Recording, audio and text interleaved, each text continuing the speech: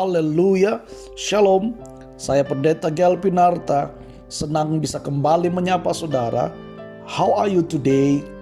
Tema kita hari ini adalah Pak Karyo ditinggal.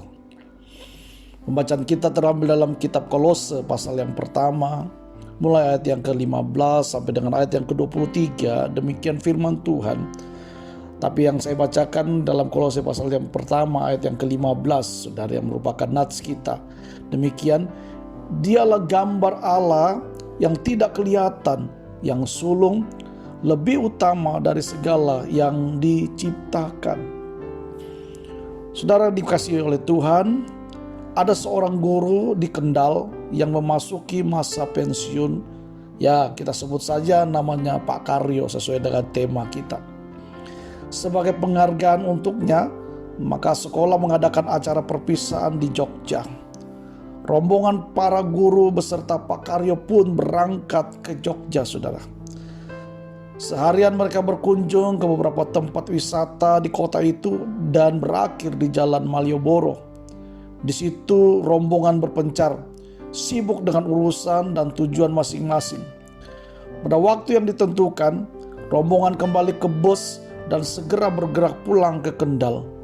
Sesampai di daerah Muntilan, kira-kira 20 km dari Jogja, saudara, para rekan guru yang kecapean itu teringat akan Pak Karyo. Mereka mencarinya dan ternyata Pak Karyo tidak ada di dalam bus.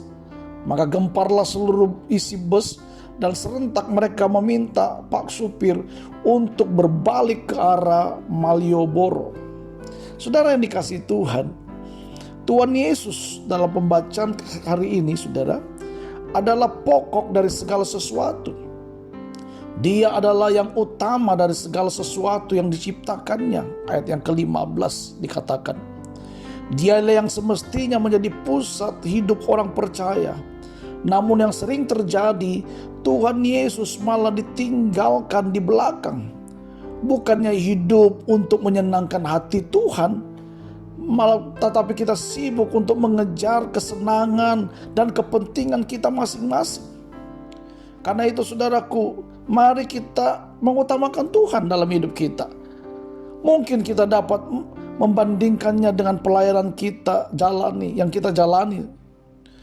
Apakah kita benar-benar melakukannya untuk menyenangkan hati Tuhan, atau kita mengejar kepentingan pribadi?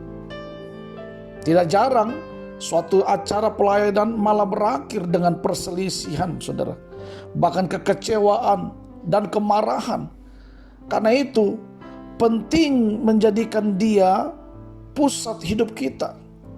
Dia yang harus menjadi yang utama dalam hidup kita. Karena lebih utama dari segala yang diciptakan itu adalah Tuhan. Kenapa kita harus menomorduakan Tuhan dalam hidup kita? Harusnya dialah yang menempati tempat yang utama di dalam kehidupan kita. Sebab dialah gambar Allah yang sulung dalam hidup ini.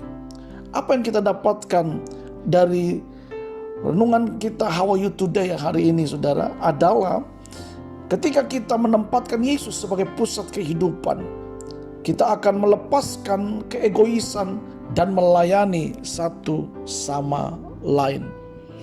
Jika Bapak Ibu Saudara diberkati dengan renungan How are you today hari ini, jangan lupa like, subscribe, share, dan komen, saudara, supaya pelayanan ini juga bisa lebih baik lagi ke depan dan bisa terus memberkati saudara-saudara kita seiman. Dan kalau saudara membutuhkan dukungan doa, saudara bisa menghubungi di nomor telepon 081 3300 3330. Kita percaya bahwa bersama dengan Allah kita cakap melakukan segala perkara. Dan saya Pendeta Gelpinarta, Tuhan Yesus memberkati kita. Amin.